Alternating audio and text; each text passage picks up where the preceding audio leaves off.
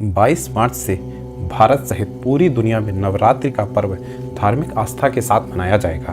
भक्त 9 रात 9 दिन देवी की पूजा करेंगे, लेकिन इस बात की जानकारी बहुत कम लोगों को है कि 9 देवी की उत्पत्ति किस तरह हुई। आइए इस बारे में हम चर्चा करते हैं। नवरात्रि के तीसरे दिन माँ चंद्रघंटा स्वरूप की पूजा होती है। चंद्रघंटा देवी का स्वरूप तपे हुए स्वर्ण के समान कांतिमय है।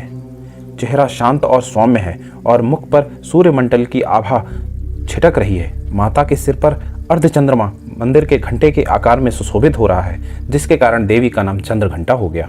अपने इस रूप से माता देवगण, संतों, भक्तजन के मन में संतोष और प्रसन्नता प्रदान करती हैं। माँ चंद्रघंटा अपने प्रिय वाहन सिंह पर विराजमान होती हैं। अपने 10 हाथों पर खड्ग, तलवार, ढाल, गदा, पाश, त्रिशूल, चक्र, धनुष भरे हुए तरकस लिए मंद मंद मुस्कुरा रही होती हैं।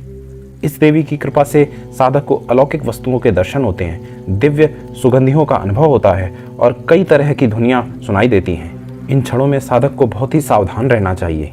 इन देवी की आराधना से साधक में वीरता और निर्भयता के साथ साथ सौम्यता और विनम्रता का विकास होता है।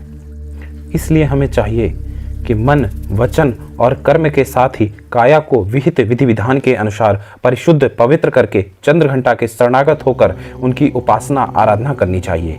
इससे सारे कष्टों से मुक्त होकर सहज ही परम पद के अधिकारी बन जाते हैं। यह देवी कल्याणकारी हैं।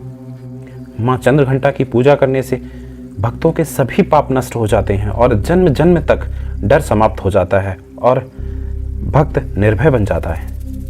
माँ चंद्रघंटा की कथा इस प्रकार है। देवताओं और असुरों के बीच लंबे समय तक युद्ध चला। असुरों का स्वामी महिषासुर था और देवताओं के इंद्र। महिषासुर ने देवताओं पर विजय प्राप्त करके इंद्र का सिंहासन हासिल कर लिया और स्वर्गलोक पर राज करने लगा। इसे देखकर सभी देवतागण परेशान हो गए और इस समस्या से निकलने का उपाय जानने के लिए त्रिदेव ब्रह्मा, विष्णु और महेश के पास गए। देवताओं ने बताया कि महिषासुर ने इंद्र, चंद्र, सूर्य, वायु और अन्य देवताओं के सभी अधिकार छीन लिए हैं और उन्हें बंधक बनाकर स्वयं स्वर्गलोक का राजा बन गया है। देवताओं ने बताया कि महिषासुर के अत्याचार के कारण अब देवता पृथ्वी पर विचरण कर रहे हैं और स्वर्ग में उनके लिए स्थान नहीं है।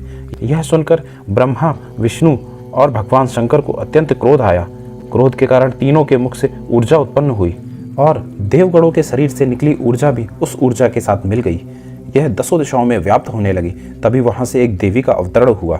भगवान शंकर ने देवी को त्रिशूल और भगवान विष्णु ने चक्र प्रदान किया। इसी प्रकार अन्य देवी देवताओं ने भी माता के हाथों में अस्त्र शस्त्र सजा दिए। इंद्र ने अपना वज्र और ऐरावत हाथी से उतरकर एक घंटा दिया। सूर्य ने अपना तेज और तलवार दिया और सवारी के लिए शेर दिया। देवी अब महिषासुर से युद्ध के लिए पूरी तरह से तैयार थीं। उनका विशालकाय रूप देखकर महिषासुर यह समझ गया था कि उसका काल आ गया है।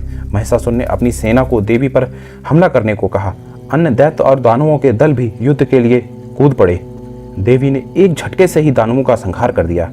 इस युद्ध में महिषासुर तो मारा ही गया, लेकिन साथ में अन्य बड़े दानवों और राक्षसों का संहार माँ ने कर दिया। इस तरह माँ ने सभी देवताओं को असुरों से अभयदान दिलाया। के तीसरे दिन माँ चंद्रघंटा की पूजा की जाती है। यह शुक्र ग्रह की देवी मानी जाती हैं। नवरात्रि के तीसरे दिन माँ चंद्रघंटा की पूजा करने वाले जातकों की कुंडली में शुक्र दोष समाप्त हो जाता है।